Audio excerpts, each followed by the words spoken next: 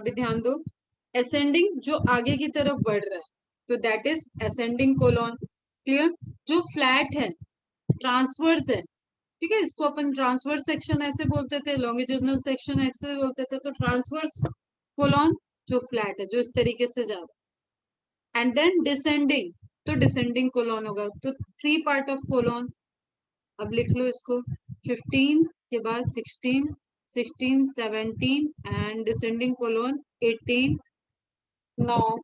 Last वाला portion थोड़ा सा जैसे सिग्मोइडल कर्व बताया था ना बेटा, सिग्मोइडल कर्व याद है, इंटीग्रेशन को ऐसे कर दो या एस को खींच दो, वैसा ही स्ट्रक्चर होता है यहाँ पे कोलन का, जो कि एनस में रेक्टम में ओपनिंग करता है, उसको बोलते हैं सिग्मोइडल कोलन।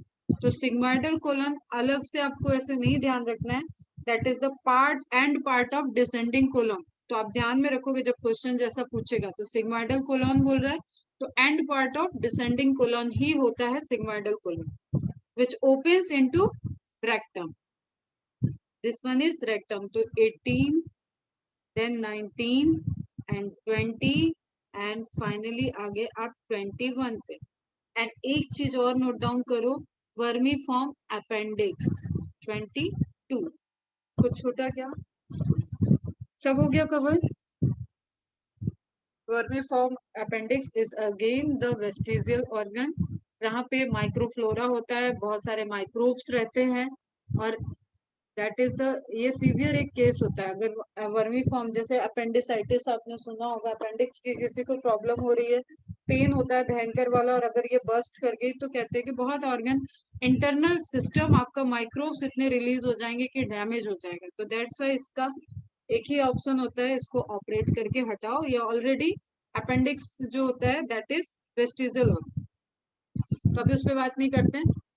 पूरा आपको डाइजेस्टिव सिस्टम समझ में आया? यहाँ कितने टर्मिनोलॉजी है रिलेटेड टू 21, अपेंडिक्स को छोड़ दिया मैंने, 21 है। क्लियर? कौन कहाँ ओपन होता है, किससे जुड़ा हुआ है, ये आपकी 21 की सीक्वेंस है बेटा। इस सीक्वेंस में कहीं कोई इश्यू नहीं होना चाहिए। सबसे पहला आज का होमवर्क तो यही है कि आप इस सीक्वेंस को समझ जाओ अच्छे से, ठीक है? इलेबोरेट किया हुआ, सिर्फ लार्ज इंटेस्टाइन बोलने से काम नहीं चलेगा, सिर्फ स्मॉल इंटेस्टाइन बोलने से काम नहीं चलेगा। यू शुड नो कि किस पोर्शन में क्या हो रहा है, कौन सा पोर्शन किसके बाद है, ठीक है? क्लियर है? आगे देखते हैं। डाइजेस्टिव सिस्टम कह रहे हैं एनसीईआरटी फिर से कि the human digestive system consist of the alimentary canal and the associated organs या ग्लैंड्स, जिनसे सिक्रीशन आपके ट्यूब में ट्रांसफर होगा। मतलब आपका जो ट्यूब विद इन ट्यूब का ट्रांसफर गट वाला पोर्शन है, एलिमेंट्री कैनाल है, उसमें डायरेक्ट सिक्रीशन नहीं हो रहा है, कुछ अगर उसमें सिक्रीशन बाहर से आ रहा है, वही हो गया एसेसरी ग्लैंड्स, एसोसिएटेड ग्लैंड्स भी कह सकते हैं। क्लियर? तो लीवर, आपको ध्यान रखना है, लीवर और पैंक्रियास, क्योंकि गॉल ब्लैडर में एक्चुअली कोई सिक्रीशन नहीं हो रहा है जो आ रहा है। गॉल ब्लैडर का काम क्या होता है? ये स्टोर करता है, बाइल को स्टोर करता जाएगा। लीवर सिक्रीट कर रहा है, गॉल ब्लैडर स्टोर करेगा, मतलब कंसंट्रेटेड करता है, और एज पर नर्वस कंट्रोल या रिफ्लेक्सेस ऑफ डाइजेस्टिव सिस्टम वो रिलीज हो, ठीक है? लीवर अगर डायरेक्ट रिलीज करता रहेगा तो यहाँ पे बिना नीड के भी आपने फूड खाया ही नहीं और बाइल आता रहेगा, तो इस तरीके का सिस्टम नहीं होता है। बहुत सिग्नल है, बहुत कोऑर्डिनेटेड है, वो सारा सिस्टम हम लोग पढ़ेंगे कैसे कोऑर्डिनेटेड, क्या करेगा, कब रिलीज होगा, तो उसके थ्रू आता है आपका। तो इसलिए आपको ग्लैंड में ध्यान रखना है, गॉल ब्लैडर कभी ग्लैंड में नहीं आएगा। गॉल ब्लैडर एक ऐसा ऑर्गन है जो कि लीवर से सिक्रेटेड बाइल को स्टोर करके, कंसंट्रेटेड करके स्टोर करके अपने पास रखेगा और एज पर रिक्वायरमेंट रिलीज कर देगा। नाउ फटाफट एक रिव्यू ले रहे हैं, पार्ट्स ऑफ एलिमेंट्री कैनाल आता होगा सबको, ठीक है? फास्ट देखेंगे एकदम। फर्स्ट है बक्कोफेरेंजियल कैविटी, जिसको आप माउथ माउथ बोलते थे, that is actually buccopharyngeal cavity, buccal cavity, या और भी उसका टेक्निकल टर्म क्या होगा, बक्कोफेरेंजियल कैविटी। क्योंकि आप वॉल देखो, वॉल देखो, वॉल कहाँ तक है, वॉल तो चला गया आपका यहाँ तक है, क्लियर? यहाँ तक जा रहा है, तो यहाँ तो फेरिंग्स आ गया ना बेटा। तो बक्को फेरिंजियल कैविटी, ध्यान देना इस चीज को, टर्मिनोलॉजी को समझो। बक्को फेरेंजियल कैविटी। माउथ के बाद बक्कल से लेके फेरिंग्स तक जाने वाली एसोफेगस के पहले वाली सारी कैविटी आपकी क्या हो गई, buccopharyngeal cavity. Again I repeat, ये पूरा एक चैम्बर है जहां आप देखते हो, जहां मिरर लेना और पूरा आप जहां तक देख सकते हो, that is only one chamber, जिसको आप बोल रहे हो buccopharyngeal cavity. Mouth opens into buccal cavity. Digestion of carbohydrate begins, क्योंकि यहाँ पे सलाइवरी ग्लैंड से अमाइलेज एंजाइम आ जाएगा और अमाइलेज कार्बोहाइड्रेट को डाइजेस्ट करता है। Pharynx helps in swallowing of food. अब आप देख रहे थे कि वहां पे एपिग्लॉटिस ट्रैकिया के पास है और फेरिंग्स से नीचे की तरफ फूड आएगा, तो वो उस प्रोसेस को क्या बोलते हैं, ग्लूटिनेस। ठीक है, स्वालो कर ले, जस्ट जो आपने कहते हैं ना पानी लिया और गुट गुट गुट किया, उसी तरीके से फूड जब आपने लिया और उसको नीचे गया, स्वेलो किया, तो pharynx help in swallowing of food. अब कैसे हेल्प करेगा, ऑब्वियसली वहां मसल्स हैं, सब मूवमेंट चल रहा है, क्लियर, हल्का सा मूवमेंट, वो मूव करेगा, डायरेक्शन दे रहा है। ठीक बेटा, two parts, anterior buccal cavity and posterior pharynx. Anterior वाला जो आप देख रहे हो वो आपका हो गया बक्कल कैविटी से एसोसिएट, एंड पोस्टीरियर वाला जिसको आप फेरिंग्स कह रहे हो वो ऊपर से नेजोफेरिंग्स से रिलेटेड दिखेगा। नेजल, नेजल पैसेज जहां पे जाके ओपन हो रहा है, क्योंकि यहाँ पे आपको दिख रहा है जो अंदर जो चैम्बर दिख रहा है, दैट इज कॉमन, यहाँ पे एयर भी आ रही है, ऊपर से जो नेजल पोर्शन से आपने ब्रीदिंग किया है वो एयर भी यहाँ पे आएगी, एंड जो फूड आपने लिया है वो भी यहाँ पे जाएगा, तो pharynx is the common place. Clear, ठीक है। अभी इसको लेटरल व्यू से देखते हैं। ये हो गया आपका लिप्स वाला portion, upper lip, lower lip, ये हो गया आपका opening, this opening is your mouth. फिर बक्कल कैविटी स्टार्ट हो जाती है।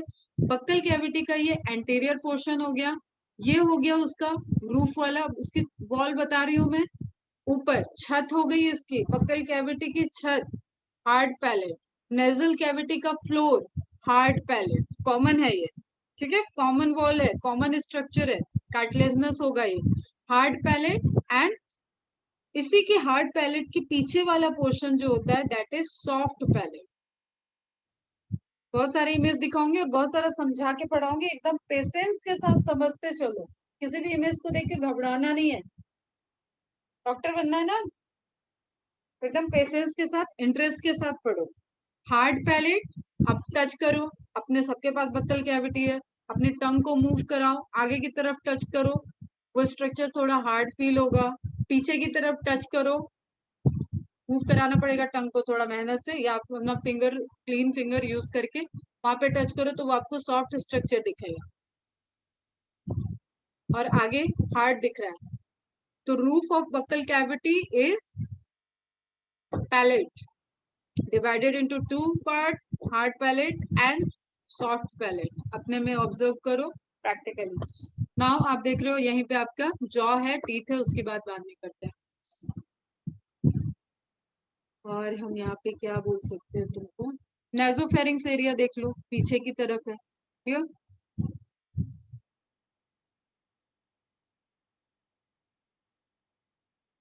स्टिब्यूल वगैरह बाद में बताते हैं, चिक तो समझ, अच्छा अब लेटरल वॉल क्या है, लेटरल वॉल अपर साइड में क्या हो गया, पैलेट हो गया, लोअर साइड में आपका क्या हो गया, ये जो आपका जॉ वाला पोर्शन आ रहा है, क्लियर, वो सब मस्कुलर स्ट्रक्चर जो टंग के नीचे वाला पोर्शन है वो सब आपका क्या हो जाएगा, लोअर साइड वाला, क्लियर, लोअर उसका सरफेस हो गया। लेटरल में क्या है, दोनों साइड लेटरल में चिक है, ठीक है। और बहुत एक इंपॉर्टेंट टर्मिनोलॉजी पूछी जाती है, वेस्टिब्यूल, व्हाट इज वेस्टिब्यूल, चिक से जॉ के बीच में जो स्पेस है, अब अपना अपना चिक जरा हटा के देखो, उठा के देखो, मतलब हटा के बाहर नहीं निकालना है, तो आपको दिखेगा कि आपके दांत और चिक के बीच में एक स्पेस है, सब लोग ऑब्जर्व करो, पूरा मुंह बंद करो अच्छे से, अपने टंग को मूव कराओ और दांतों के बाद बाहर ले जाओ,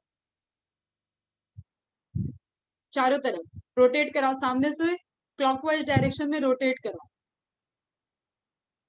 जहां जहां से टंग गई ना वो क्या हो गया, वेस्टिब्यूल कैविटी, किया क्या सबने, तो वो हो गया वेस्टिब्यूल।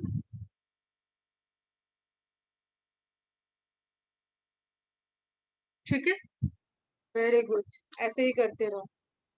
अब यहाँ पे फेरेंजियल टॉन्सिल दिया है, वो सब तो आपका इम्यून सिस्टम का पार्ट हो जाएगा, इन सब पे अभी नहीं फोकस करते हैं। ओरोफेरिंग्स, फेरिंग्स को भी यहाँ पे क्या कर दिया, लैरिंग से रिलेटेड एक पार्ट दिखा दिया गया। लैरिंग्स से जो रिलेटेड होता है वो होता है लैरिंगोफेरिंग्स। एंड ओरो मतलब ओरल कैविटी से जो आ रहा है वो पोर्शन हो गया ओरोफेरिंग्स। तो और भी स्पेसिफिक टर्म दे दिया है बक्कोफेरिंग्स का। लास्ट फेरिंग्स मतलब ये वाला चैम्बर, इसको कलर में थोड़ा चेंज कर देते हैं, ये वाला चैम्बर, ठीक है, ये वाला जो आपको चैम्बर दिख रहा है ना, इसको इसने डिवाइड कर दिया। तो नेजोफेरिंग्स, ओरोफेरिंग्स और फिर लैरिंग्स के पास लैरिंगोफेरिंग्स। खैर अभी उतना नहीं ध्यान में रखना है, दो ही चीज ध्यान में रख लो तो बहुत है, बक्कोफेरिंग्स एंड नेजोफेरिंग्स। तो अब यहाँ से जब जा रहा है ये वाला होगा एपिग्लोटिस, ये है एपिग्लोटिस, क्लियर। ये जब फूड आपने इंटेक किया और फूड यहाँ से यहाँ हो गया उसका मैकेनिकल डाइजेशन, इस एरिया में पूरा आपने मैकेनिकल डाइजेशन किया, प्लस सैलिवरी ग्लैंड, ग्लैंड इसमें शो नहीं किया है, ओपनिंग शो किया, ओपनिंग ऑफ पैरोटिड ग्लैंड। चलो ठीक है, ग्लैंड्स के लिए तो अलग ही देखेंगे, सब कुछ एक फिगर में आ जाएगा तो बहुत ही खतरनाक फिगर हो जाएगा, ये अपने आप में तुम्हें खतरनाक लग रहा होगा। तो अभी देखो बेटा, यहाँ से आप देख रहे हो ये जो स्ट्रक्चर यहाँ से आया, फूड आपने इनगल्फ किया, एपिग्लॉटिस कवर करके रखेगा ट्रैकिया को, और फूड जो पास कर जाएगा, अब ये बोन वाला एरिया दिख रहा है, ये इस पे मत जाना, ठीक है, ये आपका वर्टिब्रल कॉलम वाला एरिया है, यहाँ से आपका पास होगा और एसोफेगस आ जाएगा। तो second portion is oesophagus.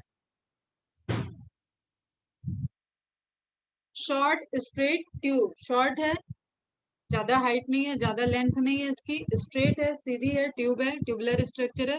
Receive food from pharynx, बहुत एक्यूरेट देखना होगा तो ओरोफेरिंग से आता हुआ बक्कोफेरिंग से ट्रांसफर होता हुआ फेरिंग से रिसीव होगा फूड और ट्रांसफर हो जाएगा एसोफेगस में, and conduct it to the stomach. तो अब यहाँ पे क्वेश्चन आ सकता है कि, और ये कोई क्वेश्चन में दम नहीं है वैसे, बक्कल कैविटी से स्टमक तक ट्रांसपोर्ट ऑफ फूड कौन सा ऑर्गन ट्रांसपोर्ट कर रहा है, तो सिंपल सा आंसर है उसका एसोफेगस। ऑर्गन का नाम ना देके और कुछ दे देगा, short straight tube like structure, तो देन ऑल्सो करें। तो हम क्या देख रहे हैं, ये हो गया एसोफेगस, एंड ये कट करके दिखाया हुआ इसलिए दिख रहा है, ये पूरी क्लोज ट्यूब रहेगी, ऐसा नहीं है कि एक साइड से आपको दिख जाएगा, क्लियर। एसोफेगस तो फ्रॉम माउथ एक एंड है और टुवर्ड्स द स्टमक, तो माउथ बक्कल कैविटी और स्टमक के बीच में कनेक्शन मेंटेन किया इसने, ठीक है। अब यही देखो, एक टर्म मैंने बताया था बोलस, तो फूड जो है वो फूड मैकेनिकल और केमिकल डाइजेशन से कन्वर्ट हो गया बोलस में, पूरा फ्लो चार्ट लिखा दूंगी मैं कौन कहाँ कन्वर्ट होता है, अभी जस्ट समझते चलो। तो ये ऐसा भी नहीं है कि ये यहाँ से फूड एंटर किया और धप पर से, जैसे आप छत पर से कुछ चीज नीचे गिरा, बालकनी से गिरा और तेजी से ये यहाँ पे स्टमक के अंदर गिर गया, आपने खाना खाया और वो तुरंत नीचे चला गया, ऐसा नहीं है, क्लियर। ये मूवमेंट हो रहा है, इसमें सर्कुलर और लॉन्गिट्यूडनल मसल्स इन्वॉल्व हो रही हैं, और ये मस्कुलर मूवमेंट से पीछे की तरफ से पुश पुश पुश फोर्स आता है और वो स्टमक तक इसको मूव कराएगा, तो that structure is known as bolus, and ये मस्कुलर मूवमेंट से मूव कर रहा है, ठीक है। अब यू कैन से यहाँ पे एक इश्यू की बात आ गई, गैस्ट्रिक रिफ्लक्स। यहाँ पे हमने जो एसिड कंडीशन की बात की 1.2 1.8 कंडीशन है, अगर ये एसिड आप जैसे राइट साइड और लेफ्ट साइड सोने का रहता है, लेफ्ट साइड करवट लेके सोना चाहिए कहा जाता है, तो जस्ट अगर ये आप इस साइड सोते हो तो ये एसिड के चांसेस है कि ये स्फिंक्टर से बाहर आ जाए। बायोलॉजी में जब हम स्फिंक्टर, नोट डाउन कर लेना, जब हम स्फिंक्टर बोलेंगे मतलब टू वे ट्रांसपोर्टेशन के चांसेस हैं, मैंने बोला चांसेस हैं, क्लियर। जब हम वॉल को बोलेंगे तो वो सिर्फ वन वे चल रहा होगा, ये नोट डाउन कर लो अभी। स्फिंक्टर, तो यहाँ पे क्या होते हैं, स्फिंक्टर होते हैं, इस इमेज में देखो ये क्लोज है, खाना आने के बाद ये क्लोज हो गया, अब यहाँ पे डाइजेशन चल रहा है, ठीक है, तो ये एसिड बाहर नहीं आ सकता, समहाउ किसी का अलग अलग रीजन होता है, क्या रीजन, आपने क्या खा लिया, एसिडिटी बन रही है, सब कुछ रीजन की वजह से ये एसिड ऊपर की तरफ आता है, तो इन पोर्शन में इन्फ्लेमेशन फील होता है, दैट इज उसी को बोलते हैं gastric reflux, acidic reflux, reverse आ रहा है, ठीक है।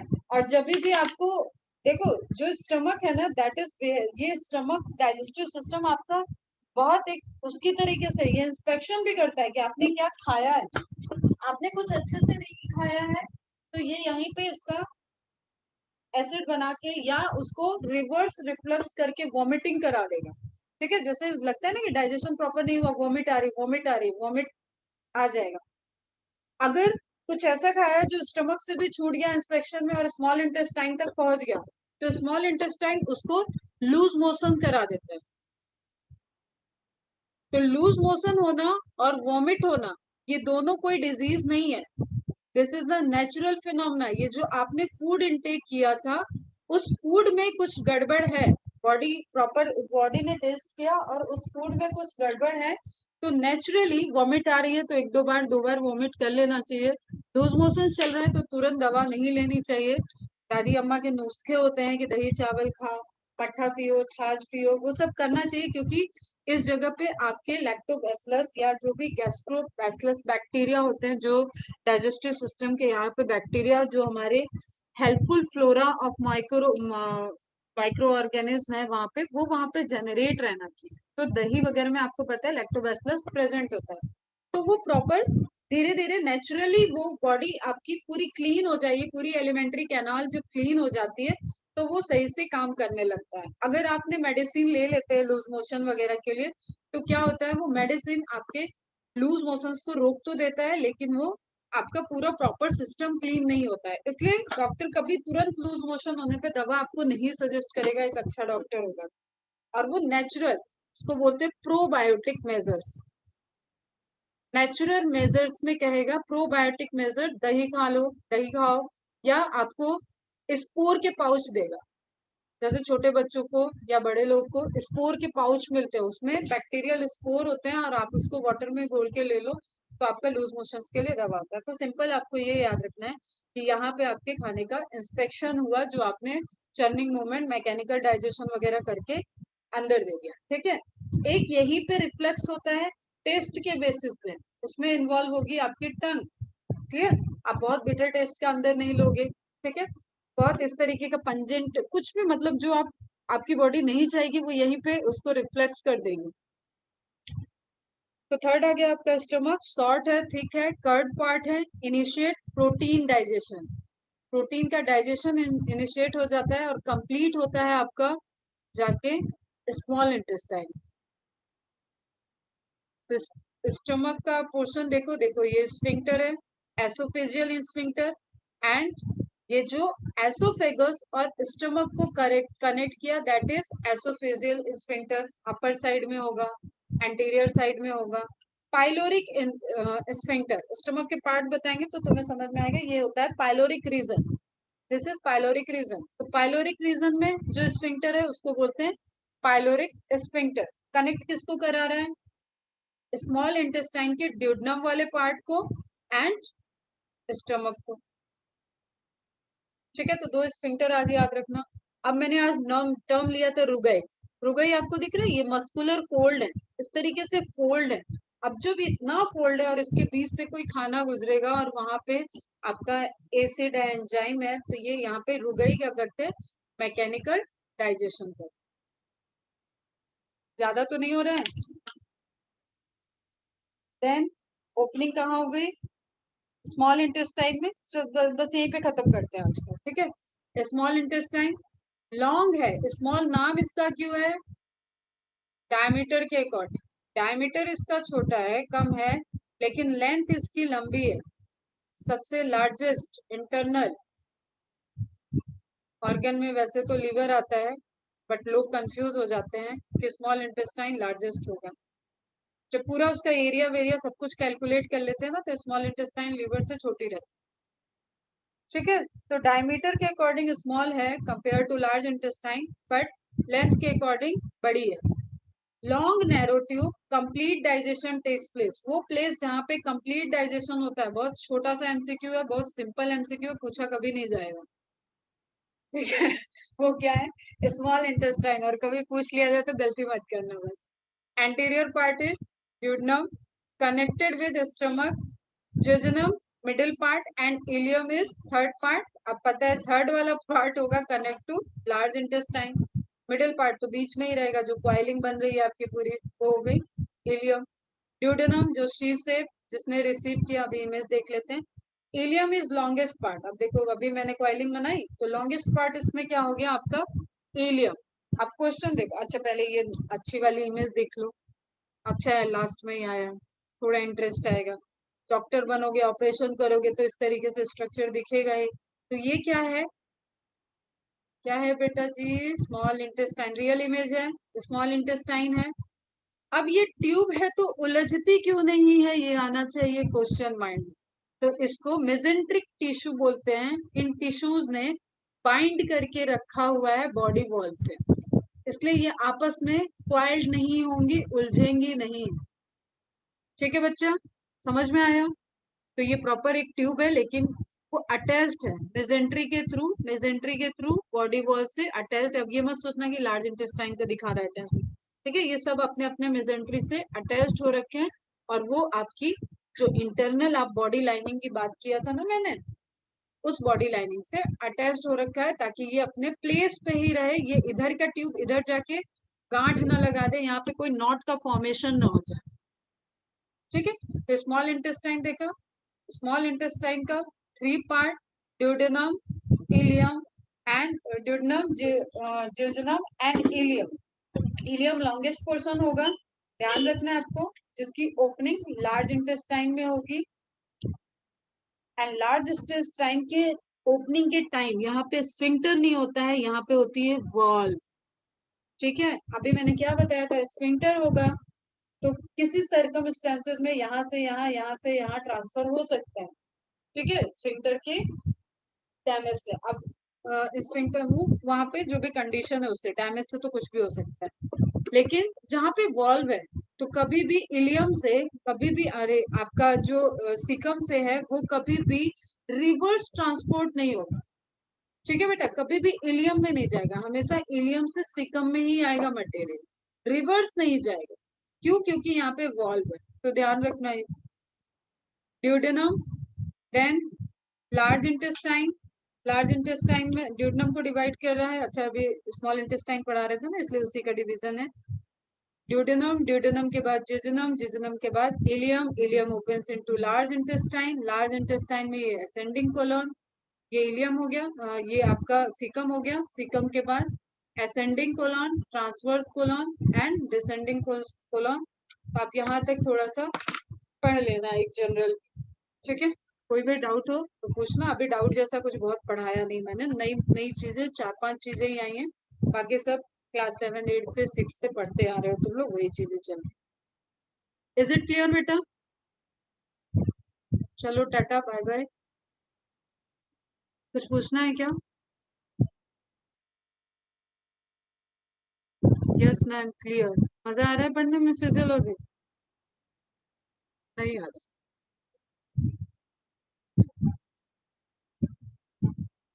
ओके, इंटरेस्ट लीजिए एंड एंजॉय करोगे। ठीक है, एनसीईआरटी से थोड़ा सा रीड कर लेना। अभी देखो एनसीईआरटी में ये वाला पोर्शन ऐसे डिस्ट्रीब्यूटेड दिया होगा, तो अभी बहुत एनसीईआरटी मत देखना, बस स्टार्टिंग का थोड़ा सा देख लेना। एंड ये सारी नोट्स को थोड़ा पढ़ना, बहुत ज्यादा गूगलिंग मत करना। ह्यूमन फिजियोलॉजी के साथ प्रॉब्लम यही होता है, तुम लोग कुछ ज्यादा ही इंटरेस्ट लेने लगते हो और चले जाते हो उधर गूगल कर, वो सब मत करना। ठीक है, अगर हम एक चीज की भी डेप्थ में चले गए ना तो तुम्हें वो फिगर देख के डर जाओ। इसलिए जितना पढ़ा रहे हैं मार्जिन एकदम क्लियर रखो, जितना पढ़ा रहे हैं उतना पढ़ते चलो। चलो बाय बाय, गुड डे बेटा।